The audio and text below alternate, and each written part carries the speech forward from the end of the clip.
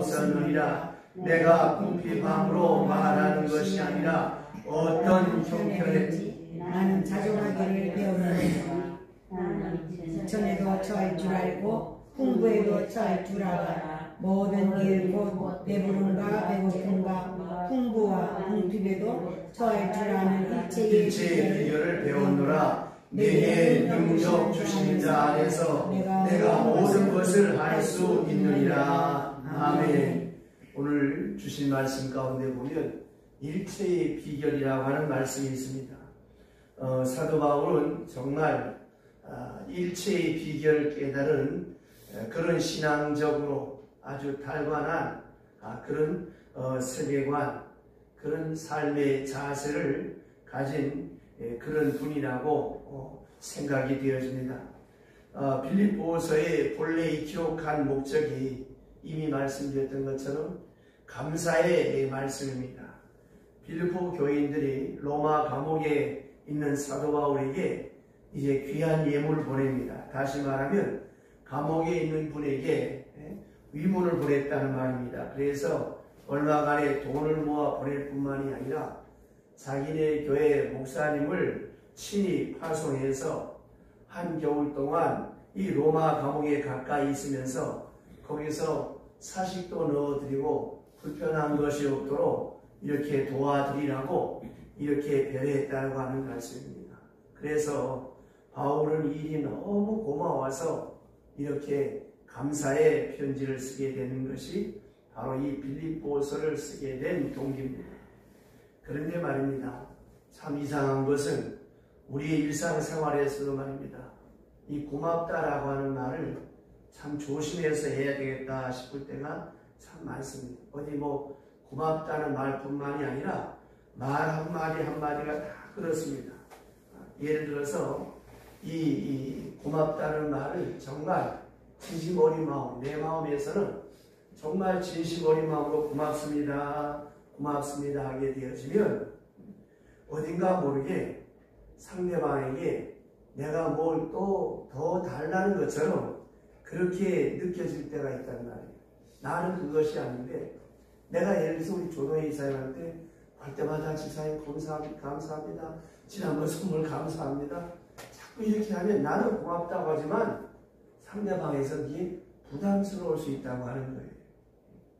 그러니까 여러분 가령 누구한테 선물을 받았을 때 그냥 감사합니다 한마디 하면 좋은데 참 귀한 선물을 받고 보니까 너무 고맙고 감사해서 인사하기를 작년에 주신 것도 감사하고 올해 주신 것도 감사합니다. 이렇게 말하게 되어지면 나는 정말 그럴 의도가 없었어요. 그런데 상대방이 들을 때는 또 더 달라는 말로 비춰질 수 있다고 하는 거예요. 그러니까 이 말이라고 하는 게 묘한 뉘앙스를 갖고 있습니다. 그러니까 똑같은 말인데도 이렇게 다르고 저렇게 다르다라고 하는 거예요. 그래서 친절도 지나치면 이것이 속박이 되어집니다. 그래서 우리가 쓰는 말 가운데 넘치는 친절을 갖다가 뭐라 그래요?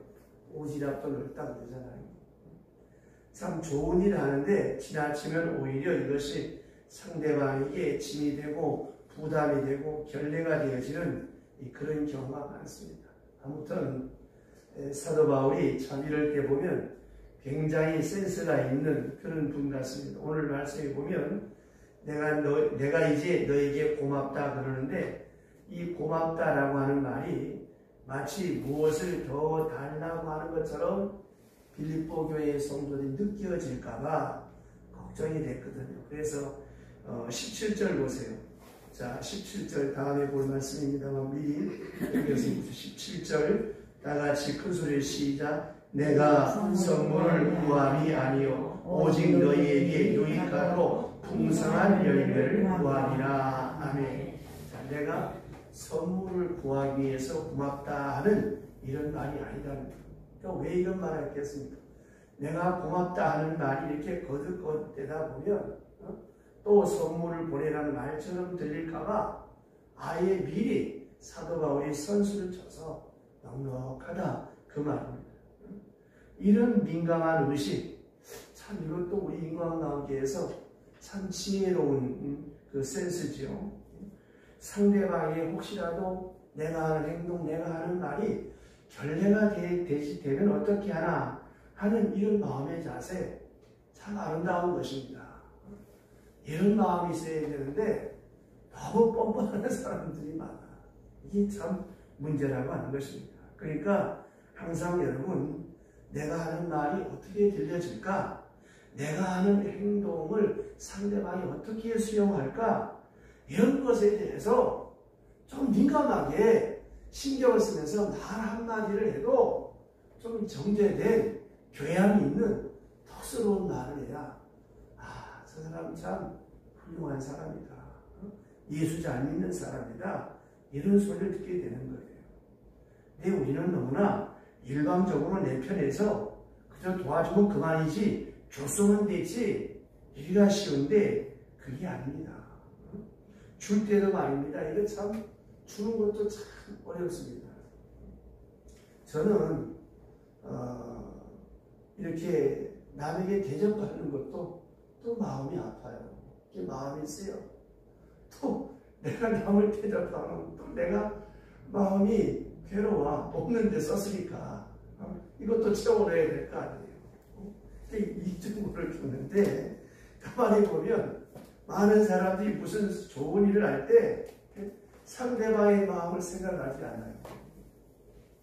이렇게 하면 상대방의 마음이 상하지 않을까? 이렇게 하면 상대방의 자존심을 거두는 것은 아닐까? 혹시나 내가 이렇게 말함으로써 좀 더 달라는 말은 되지 않을까?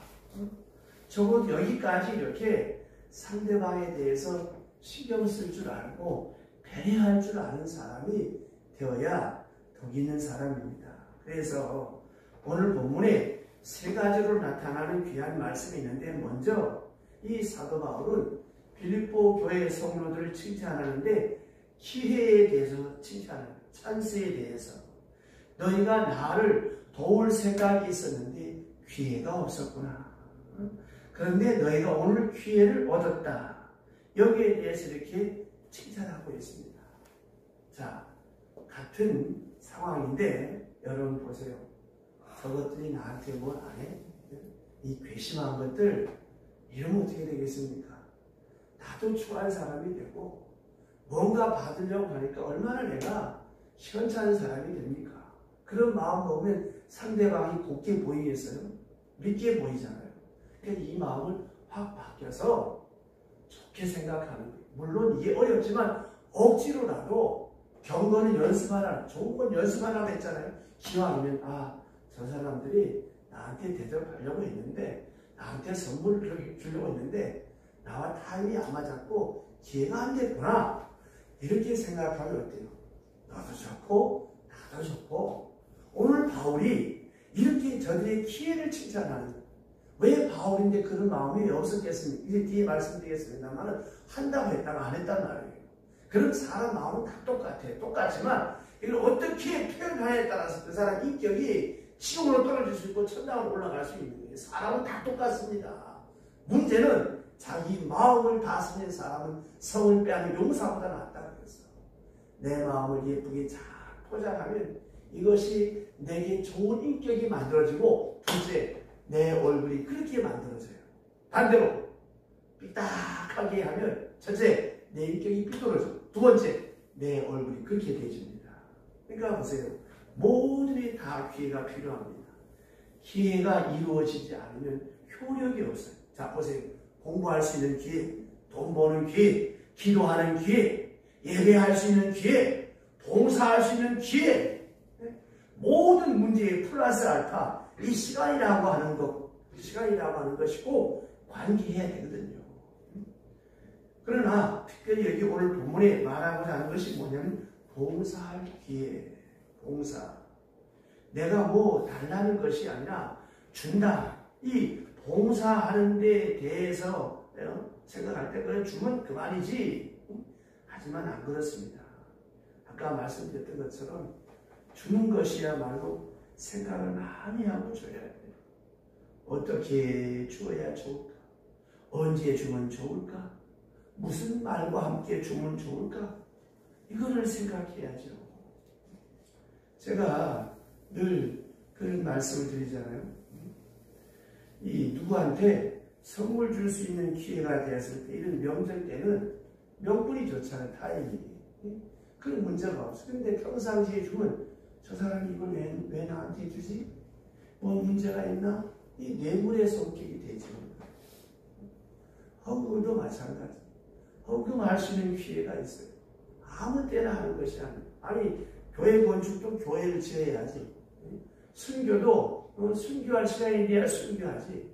뭐든지 여러분 다 기회입니다. 그죠? 봉사라고 해서 일방적으로 내가 주면 되지.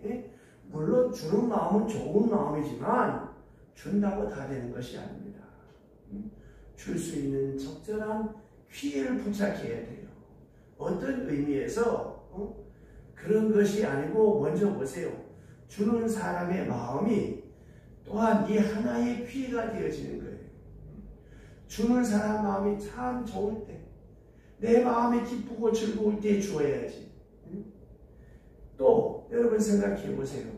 이 마음 속에 주고 싶은 마음이었는데 줘야 된다면 이거는 뺏기는 거고 도둑 맞는 거잖아요. 내가 이렇게 마음 가득한 기쁨이 있을 때 봉사해야지, 줘야지. 이 기회가 지나가면 그 다음 어떻게 되겠어요? 인색한 마음이 들면 줄 수가 없어요. 그러니까 가장 좋을 때 그런 자기 자체, 이 주체에 봉사할 기회가 있다는 거예요. 그 마음을 우리가 생각할 수 있어야 하는 것입니다. 그보다 또 하나 더 중요한 것이 있어요. 여건이 갖추어져야 돼. 예를 들면 돈으로 봉사하고 싶은데 돈이 없어. 그러면 여러분 할 수가 없잖아요. 뭘 좀 가르치고 싶은 게 내가 배운 게 없어. 지식이 없어도 안 되지요. 그것도 기회잖아요. 또 내가 몸으로 좀 봉사하고 싶은데 몸이 시원찮아. 건강이 없어. 오히려 내가 건강이 좋지 않기 때문에, 예를 들어서 누구에게 찾아가서 좀 돕고 싶고 이렇게 위로하고 싶은데, 그만 내가 감기에 걸렸다면 어떻게 되겠습니까? 괜히 가면 민폐 끼시면 괜히 나한테 있는 감기 바이러스가 상대방에 오잖아요. 그러니까 내가 봉사하고 싶은 마음은 간절해요. 그러나 지금 내 형편이 봉사하지 못할 상황이 되어져 있으니 그런 경우가 많죠. 그렇기 때문에 주는 자 편에서도 기회가 있어야 되는 거예요. 자, 돈이 있어야 되고, 때로는 지혜가 있어야 되고, 건강도 있어야 되고, 시간도 잘 포착해야 봉사할 수 있고 줄 수 있는 거예요. 그 다음에 또 하나, 받는 자의 편에서 또 생각을 해봐야 됩니다. 자, 받는 자의 마음이 또 문제예요. 받는 자의 마음. 예수님께서 말씀하시기를 진주를 돼지에게 던지지 말라고 했습니다. 이 말이 뭐예요? 지금 참 마음이 좋지 않은 상태에 있는 그런 사람을 앞에 놓고 내가 지금 봉사한다, 뭐 준다 이렇게 하면 오히려 그건 잘못 주고 뺨 맞는 격이 됩니다. 좋은 말을 못 들어요.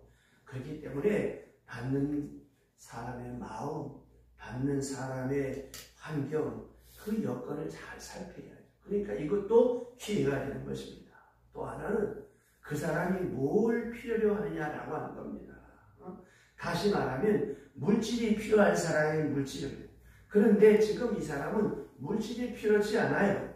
오히려 위로가 필요한데 거기에다 돈 갖다 주면 어떻게 되겠습니까? 이건 그 사람을 무시하는 것이 되는 것이죠. 또 위로도 말이 필요가 없어요. 여러분, 어떤 극한 상황을 겪은 사람한테 가서 뭐라고 말하겠어요? 그저 옆에 가서 같이 울어주고 같이 서 있는 것만 해도 얼마나 위로가 되는지 아십니까? 네, 여기서 고백합니다만은 새벽기도 때 우리 교회 교인들이 거의 없어요.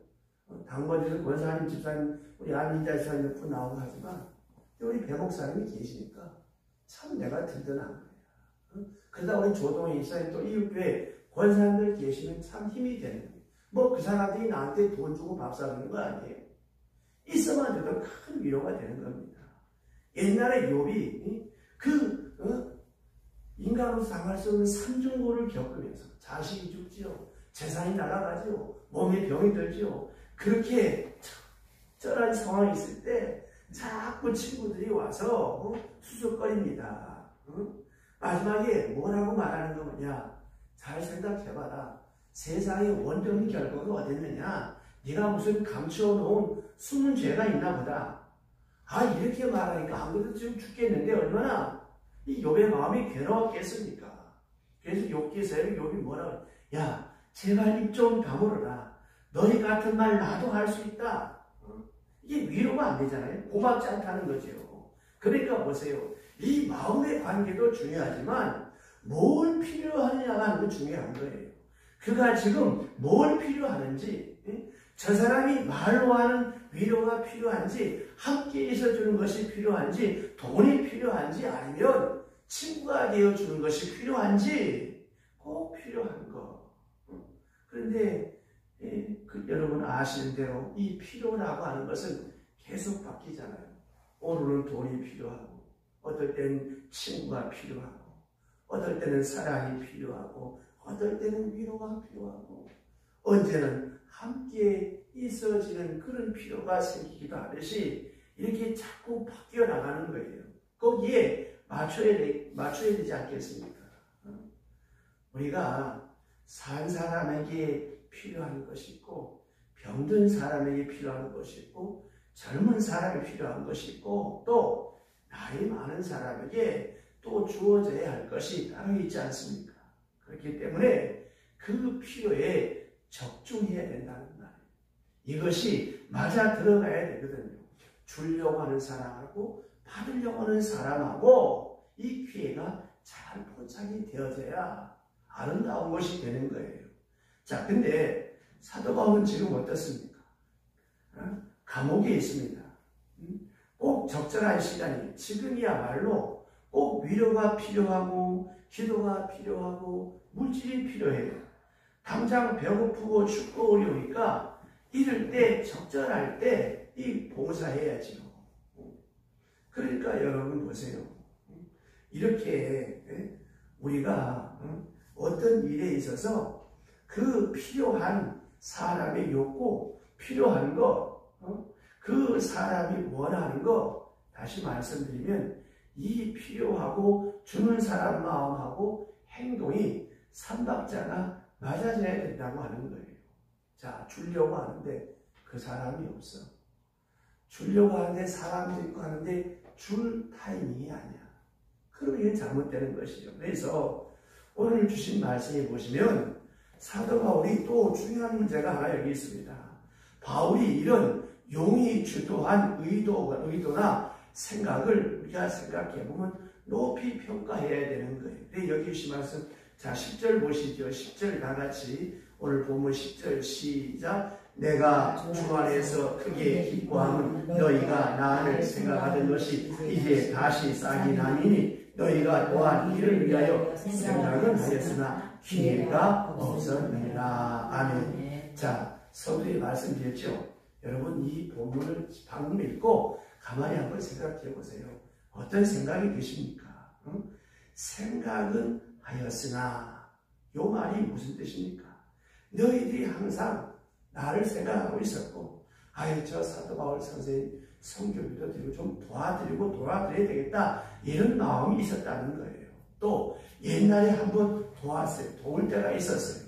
이제 다음 주에 말씀드리겠습니다만 오늘 본문에도 나옵니다만은 이제 이 사도 바울이 마게도니아를 떠날 때 많은 헌금을 해서 전도 헌금을 해서 보냈습니다. 참 잘한 일이죠. 그래 놓고 그때 아마 사도 바울에게 목사님 앞으로도 저희가 더 약속했던 것처럼 더 많이 돕고 선교비를 보내겠습니다. 이렇게 했단 말이에요. 이걸 까맣게 잊어버렸어요. 까맣게 잊어버리고 있다가 이제 로마 감옥에 갇혔다고는 말 듣고 아차 뒤늦게 생각이 났습니다. 생각이 나가지고 아이고 우리가 이 사도 바울 선생님을 도와야 되는데 우리가 여기서 우리 교회를 세우고 떠날 때 우리가 계속 돕기로 약속했는데 아이고 이거 우리가 못 도왔네, 돕지 못했네. 아이고 참 서둘러서 서둘러 가지고 조금 미안하긴 하지만 이제 이 우리 목사님을 통해서 저 에바브로디도를 통해서 다시 보내드려야 되겠다 하는 이런 말입니다. 자, 이렇게 될 때 이거를 받는 입장에서 어떻게 받느냐라고 하는 것입니다. 자, 그렇다면 자, 인간적으로 받는 입장에서 할 말이 많겠지요. 차마 왜 안 보내냐 이 소리는 차마 못하지만 그래서 우리 교회에서 선교비가 모자라도 돈 어디서 꿔서라도 꼭 그 날짜 안에 우리 대목사님 이렇게 해서 보냅니다. 그 사람들은 그것만 바라보고 있는 거예요. 그 척박한 오지에서. 근데 이렇게 돈이 안 와. 안 오면 받는 입장에서 뭐라고 생각하겠습니까? 말이야. 계속 돕는다고 하더니만 이 멍청한 것도 잊어먹고 있었나 보다. 그래 이제 내가 감옥에 있으니까 야 이제 생각나냐? 그래 그동안 뭐 했냐 이놈들아. 이렇게 말할 수 있겠지요. 그런 마음도 생길 수가 있었을 거예요. 그러니까 그 사실을 까맣게 잊어버리고 그동안 무관심했다는 것이죠. 우리 속담에 참 자문 같은 말이 있어요. 몸이 멀면 마음이 멀어진다고 했어요. 정말 그렇습니다. 그러니까 눈 밖에 있으면 마음이 밖에 있는 것이죠. 눈에 자꾸 보여야 좀 줄 마음도 있지. 멀리 헤어져 있으니까 까맣게 잊어버렸어요. 그 당시 뭐 전화가 있는 것도 아니고 편지가 있는 것도 아니니까 말입니다. 까맣게 잊어버렸다가 이제 생각이 났어요. 너희들이 나 떠날 때 약속한 거하고 영 틀리다. 삐딱하게 말할 수도 있었을 것입니다. 그러나 사도 바울은 그런 말 하지 않았어요. 여기 말씀 보세요. 의도가 무엇입니까? 너희가 생각은 하였지만 기회가 없었느니라. 참 저는 이 말씀을 보면서 헛구질질하고 눈물이 피입니다. 야, 참 훌륭한 사람이다. 나는 사도 바울의 손톱의 때만큼도 못된다. 외모도 작은 사람인데 어떻게 이렇게 마음이 넓을 수 있을까? 자, 이 말을 바꾸어서 말하면 삐딱하 있지 말할 수 있겠죠. 그래, 생각이 없다. 요새 생각났냐? 이렇게 비아냥거릴 수도 있었을 거예요. 그러나 사도 바울은 그런 마음, 그런 내색하지 않았습니다. 생각은 있었다. 얼마나 어른스럽습니까? 그 큰 마음, 큰 덕이 여기 나타나는 거예요. 사도 바울의 신앙적 인격이 여기서 여지없이 드러나는 거예요. 마음은 있었는데 기회가 없었구나. 얼마나 이 말씀이 오늘 하루 종일 내 마음속에 자리 잡는지 참 많이 회개했습니다. 가만히 보면 요새도 그런 분들이 많아요. 누가 뭐라고 말하고 누가 어떻게 행동하는 것을 거기에 대해서 구체적으로 아주 주고받는 이야기도 문제가 되고 확실하게 이야기하기 어렵지만 남 얘기를 그러니까 어떨 때 보면 남 속마음까지 다 헤아려가지고 아는 것처럼 그렇게 나쁘게 말하는 사람이 있어요. 어떻게 남의 속마음을 다 알 수 있겠습니까? 하나님이나 아시지. 이렇게 삐딱한 마음을 가지면 첫째, 내가 불행해져요. 두 번째, 내 인격이 삐뚤어지면 내 삶의 자세와 언행 심사가 삐딱해지고 내 얼굴이 나도 모르게 그렇게 굳어집니다.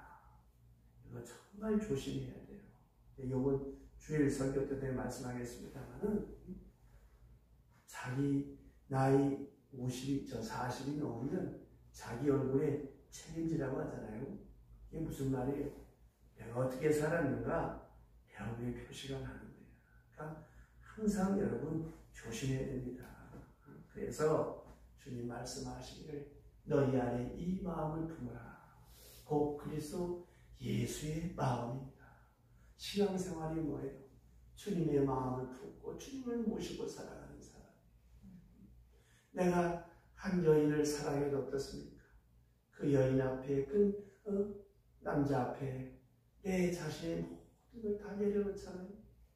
하나님을 모시고 하나님을 사랑하는 사람이라면 어떤 생각, 어떤 말을 하고 살아야 되겠습니까? 오늘 사도 바울 입장으로 돌아가서 보세요. 바울은 그렇지 않았어요. 높이 평가합니다. 생각은 있었는데 기회가 없었지. 빌립보 교인들의 마음을 높이 높이 선하게 아름답게 평가하고 있습니다. 사도 바울의 높은 덕이 여기 있습니다. 보세요. 자꾸만 깎아 낮추면 나도 낮아지고 그도 낮아져요. 시원찮은 사람은 내가 자꾸 높이면 첫째 내가 높아지고 내 만시가 되어서 상대방도 그렇게 높아집니다. 상대방의 마음을 나쁘게 보려고 하지 마세요. 상대방의 마음을 나쁘게 깎아가지고 격하시키고 평가하는 것은 잘못된 생각입니다.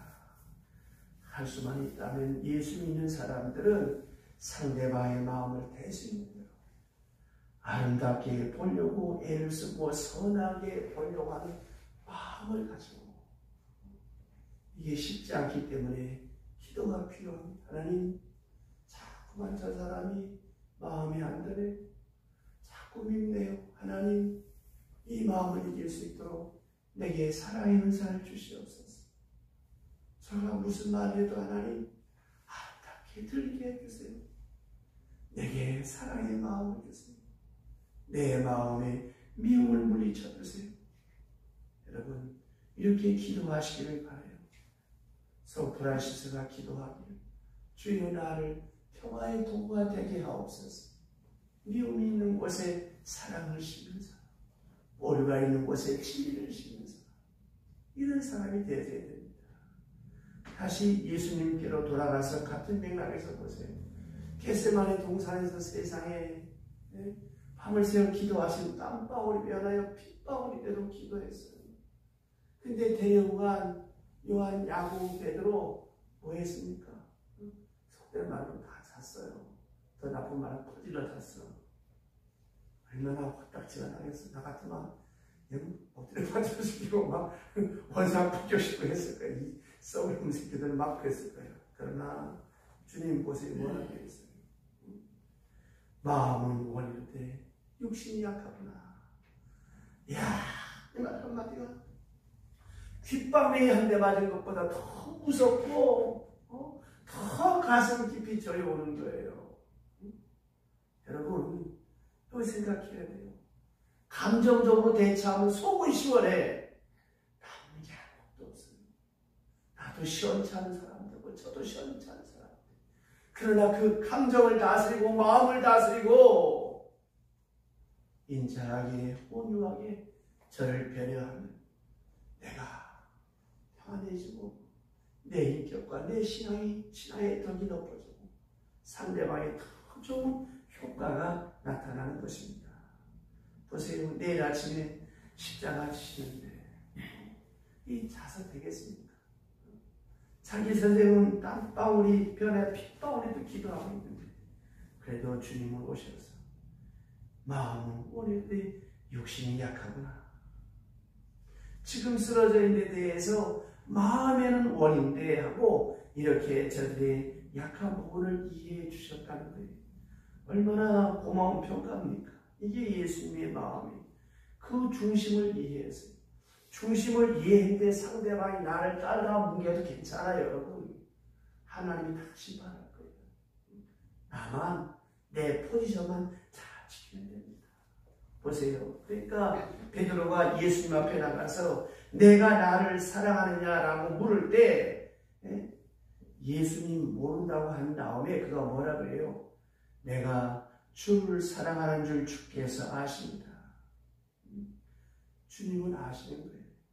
내가 모른다고 했지만 내가 졸견 했지만은 마음은 있었고 모른다고 했지만 그래도 내 마음에는 주님을 사랑하는 마음이 있었다고 하는 것을 알고 계셨다고 하는 것을 이 베드로가 고백하는 거예요.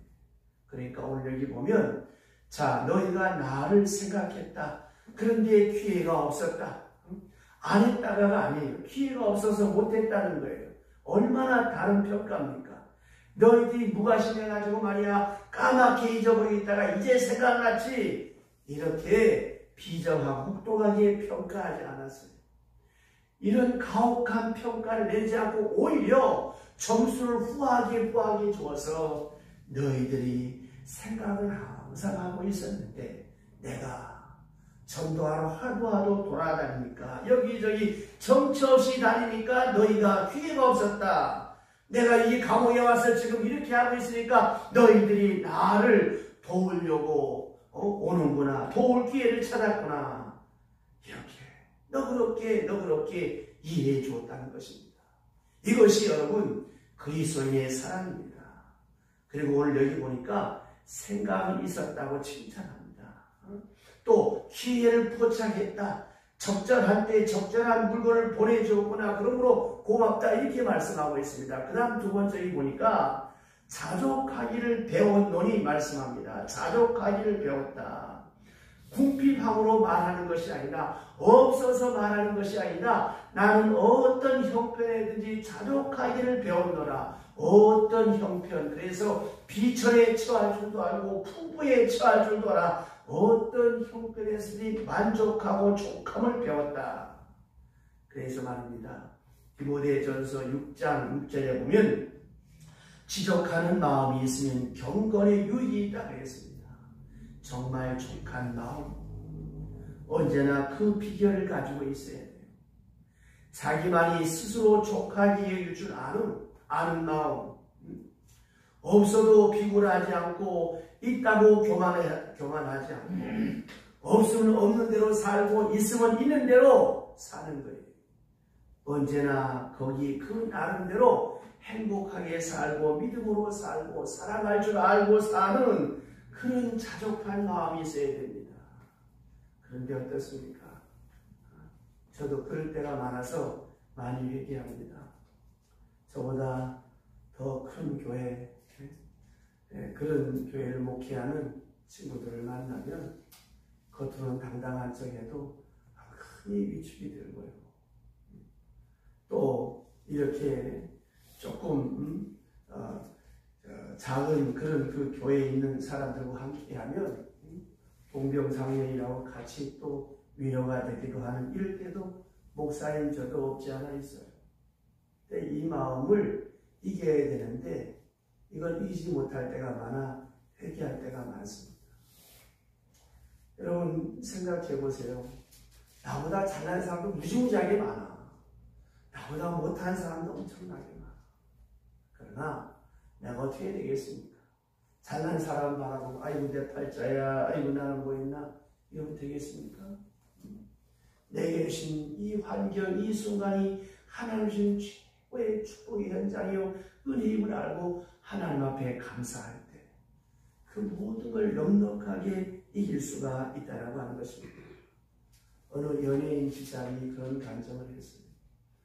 물론 각본대로 하는 건데 막 울어야 될 때가 있고 웃어야 될 때가 있다는 거예요. 근데 이게 참 쉬운 게 아니잖아요. 저는 그 연기하는 사람들 보면 참 대단하다 싶은 게 그 극한상에서 어떻게 그런 장면을 연출하는가 물었더니 그분이 하는 말이 가장 슬펐을 때를 생각하면서 거기에 몰입하면 눈물이 뚝뚝뚝뚝 떨어진다는 거예요. 또 어떨 때는 웃어야 되는 그런 상황인데 내 마음이 이렇게 웃어야 될 그런 상태가 아닌데 그때는 어떡하냐 그랬더니 그때는 가장 행복했던 순간 가장 기뻤던 생각을 억지로 끌어서 막 웃는다는 거예요. 전 그 말씀을 들으면서 그런 생각을 했습니다. 정말 사람은 마음 먹기에 달렸고 잠언 4장 23절 제가 늘 자주 드리는 말씀 무릇 지킬 만한 것보다도 내 마음을 지켜라 생명의 근을 이에서 남이라. 그렇잖아요. 우리의 마음이 나름대로 자족할 줄 알아서 어려워도 더 어려울 때를 생각하고 또 그보다 더 기쁜 때를 생각하고 나보다 불행한 사람을 생각하면서 스스로 족하게 여길 줄 아는 지족하는 마음을 가져야 됩니다. 이걸 바울이 거두겠다라고 하는 것입니다. 여러분 똑같은 말씀이지만 조금 더 나가다 보면 일체의 비결을 배웠다고 했어요. 일체의 비결. 이게 무슨 말입니까? 이것은 가난해도 그만이고 부해도 그만이고 배고파도 그만이고 배불러도 그만이고 궁핍에 처해도 풍부에 처해도 거기에 연연해야 하지 않는 일체의 비결을 배웠다라고 하는 것입니다. 이 말은 모든 일에 배부르고 모든 일에 만족할 줄 아는 비법을 터득했다고 하는 거예요. 그 비법이 무엇입니까? 어떤 자리에서든지 자학하거나 비관하거나 교만하지 않는 자세.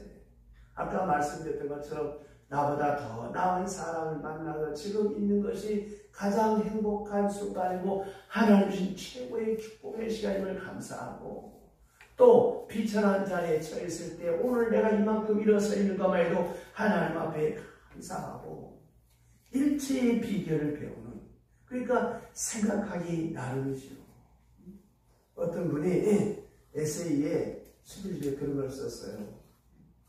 자기 부인이 하도 잠이 많대. 너무 잠이 많아서 자기는 아침밥 한 번 제대로 먹고 나온 적이 없대. 그런데 그 옆에 자기 친구 부인은 이 불면증이 걸려서 앰뷸런스에 실려가고 해서 병원에 입원했다는 거예요. 어느 날 그 친구의 소식을 듣고 자기는 감사했대. 그동안 잠많은 아내 때문에 원망 불평했는데 불면증보다야 잠많은 게 낫지 않느냐. 자, 생각하기 나름이시오. 여러분 어느 쪽이든지 나름대로 오늘의 문제를 스스로 족하게 여길 줄 아는 비결을 가지고 있어야 합니다. 아이들이 공부 못한다 막 엄마들 그러잖아요. 제가 신림동에서 중고등학교 담당 전도사로 일할 때 어머니들 데리고 제가 정방아들 있는 거기에 가서 하루 봉사하러 갔어요.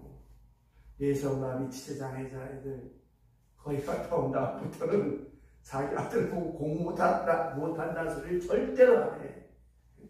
우리 조동희 사람들 장애자들 수고하고 많이 봉사하시는데 거기 한번 갔다 오면 우리 아들 건강한 것만 감사한 거예요. 보세요.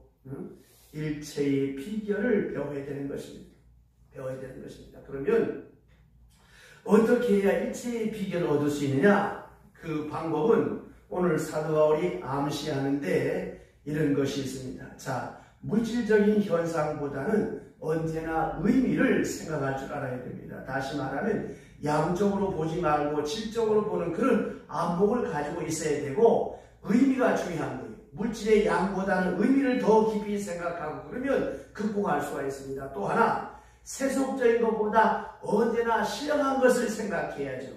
세속적으로 풍부하는 것보다 영적으로 풍부한 게 더 좋다는 것이죠. 현세적인 것보다 언제나 미래적인 것을 생각할 줄 알아야 되는 것입니다. 오늘 어떻다 저렇다 할 것이 아니라 앞으로 받을 축복이 크니까 그런 의미에서 우리는 항상 비결을 얻을 수가 있습니다. 또 나보다는 다른 사람의 유익을 생각할 줄 아는 사람이 되어져야 돼요. 내가 지금 얼마나 고생하냐, 내가 얼마나 억울하냐, 이런 생각하지 말고 내가 이렇게 수고함으로 인해서 다른 사람에게 어떤 유익이 돌아갈까 이쪽을 생각하고 살아가는 사람은 늘 행복하고 만족할 수가 있어요. 저는 늘 그렇게 생각하고 삽니다. 또 우리 성도들 외에 기도할 때도 그렇습니다. 우리 성도들의 수고 때문에 다른 사람이 돋볼 수 있는 성도, 나의 희생과 나의 봉사로 인해서 다른 사람이 유익할 수 있도록, 내가 좀 손해보다가 그가 잘 될 수 있도록 그렇게 살아야 여러분 하나님이 복을 주십니다. 좀 더 깊이 들어가서 내 수고나 희생이나 혹은 순교를 통해서 하나님 나라가 확장되고 또 내 고난을 통해서 하나님의 영광이 드러난다고 생각하면 어떤 일이든지 기뻐할 수 있습니다. 보세요. 나의 작은 희생이 하나님 나라 사업의 보탬이 된다. 하나님의 큰 구원의 역사에 내가 다소간이라도 이렇게 여기에 쓰임받는다. 여기에 그 고난에 내가 동참하고 있다. 하나님의 사역에 내가 동참하고 있다. 이렇게 생각이 된다면 얼마나 행복하겠습니까? 사도 바울은 말합니다. 그리스도의 고난을 내 몸에 채운다. 내 육체에 나온 때가 있다면 그리스도의 남은 고난을 내 몸에 채우기 때문에 나는 기뻐한다. 그런 것들이, 그러한 생각들이, 그러한 이해가, 또 그런 이해가 바로 사도 바울로 하여금 일체의 비결을 알게 했다는 거예요. 배불러도 그만, 배고파도 그만, 어려움을 당해도 그만, 모든 일에 자족하고 잘 넘어서고 항상 기뻐할 수 있고 항상 감사할 수 있고 항상 승리할 수 있고 항상 하나님을 찬양할 줄 아는 그런 사람, 그런 체질로 완전히 익혀졌다는 말입니다. 그래서 배웠다고 했습니다. 자족하기를 배웠고 비결을 배웠다. 배웠다고 하는 말이 뭡니까? 역시 배우는 데는 뭐가 필요해요? 시간이 필요하죠. 공부라고 한다면 이 시간이 얼마나 걸리기 마련입니다. 그러니까 보세요. 국민학생한테 대학교 책 갖다 주면 한글이니까 물론 있겠지요. 그러나 그 뜻을 다 알 수 없잖아요. 그래서 부득불 1학년, 2학년, 3학년, 6학년, 중학교, 고등학교를 거쳐서 이 대학에 가야 이 단계적으로 공부를 해야 깨달을 수 있는 것이지 이걸 건너뛸 수는 없다라고 하는 것입니다. 그렇기 때문에 여러분 하나님의 진리를 배우고 하나님의 말씀을 배우고 또 하나님의 거룩한 능력을 내가 힘입어서 일체의 비결을 아는 그런 인격이 되려면 부득불 하나님이 정해주신 소위 이 하나님의 커리큘럼, 하나님이 정해주신 이 교과 과정, 이 코스를 잘 밟아나가야 되는 거예요. 그런데 여러분 어떻습니까?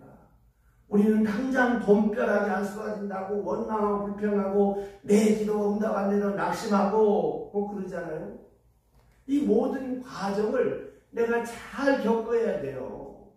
그래야 그 다음에 하나님께서 복된 것을 주시는 겁니다. 이 코스를 잘 밟아나가야 되는 거예요. 거기에 불평하지 마세요. 하나님이 정해주신 시간표대로 차근차근 에녹처럼 한 걸음 한 걸음 주님과 함께 동행하면 되는 거예요. 그래서 처음 믿는 분들을 가만히 보세요.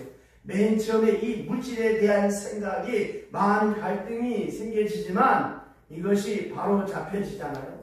바로 잡혀지려면 좀 아픔이 있어야 되잖아요. 물질의 노예가 되지 않으려면. 교회 와서 헌금하는 게 쉬운 게 아니에요. 이 헌금하는 그 기쁨을 알려면 그만큼의 시간이 필요합니다. 그 다음에 사랑에 대한 것, 그 다음에 가정에 대한 것, 명예에 대한 것 하나씩 정리해 주시잖아요. 하나님께서. 그래서 일체의 비결을 배우게 해주시다는 말씀입니다. 근데 문제는 가끔 이런 것 때문에 중도에 낙지하는 사람들이 있어서 문제지요. 이것을 다 배운 다음에 그가 고백할 수 있는 사도 바울의 마지막 고백이 무엇입니까? 13절 다 같이 4장 13절 시작. 내게 능력 주신 자 안에서 내가 모든 것을 할 수 있느니라. 한 번 더 시작. 내게 능력 주신 자 안에서 내가 모든 것을 할 수 있느니라. 아멘. 이 말씀은 제가 고등학교 때 하늘산 기도원에서 신학을 하느냐 마느냐, 목사가 되느냐 마느냐 막 혼자 고민할 때, 산에서 잠나무 자고 기도할 때 하나님이 이 말씀을 생각나게 하셨어요. 사실 저는 참 그렇게 공부를 잘하지 못했어요. 목사님의 세계를 보니까 어떻게 내가 목사가 되나, 나는 정말 자격 없다, 하나님 안 하고 싶습니다, 못하겠습니다 하는데 이 말씀이 생각이 났어요. 그래서 빌사일사, 내게 능력 주신 자 안에서 내가 모든 것을 할 수 있다. 내가 하는 것이 아니라 하나님이 하시는 것이다. 그래서 저는 늘 이 말씀을 자주 되뇌입니다. 일체의 비결을 배우고 나니까, 자족하기를 배우고 나니까 이제 모든 것을 할 수 있느니라. 이 무슨 말이에요? 능력의 사람이 됐다라고 하는 것입니다. 자, 여러분, 권력이란 승리를 통해서 얻어집니다. 재력은 어떻게 얻어질까요? 수고함을 통해서 재력이 얻어집니다. 지력은 공부를 통해서 얻어집니다. 그러나 마음의 힘은 이 독성이라고 하는 것은 많은 시련을 통해서 얻어지는 거예요. 더 나아가 영적인 힘, 이것은 역시 말씀과 성령과 그리고 봉사를 통해서 얻어지는 것입니다. 말씀을 잘 배우고 성령의 감화를 받고 그 다음에 실천하고 수고할 때 비로소 능력의 사람이 되어지는 것입니다. 주 안에서. 나는 약합니다만 그리스도 안에서 강하고 그가 내게 능력을 주시면 무엇이든지 할 수 있다. 내게 능력 주신 자 안에서 모든 것이 가능하다고 바울은 고백하고 있습니다. 사도 바울은 그래서 위대한 사도로 거침없이 동서양을 드나들면서 복음의 사자로 역사할 수 있었던 것입니다. 내게 능력 주신 자 안에서 내가 모든 것을 할 수 있느니라. 이 은혜가 함께 하시기를 주의 이름으로 축원합니다. 기도하겠습니다.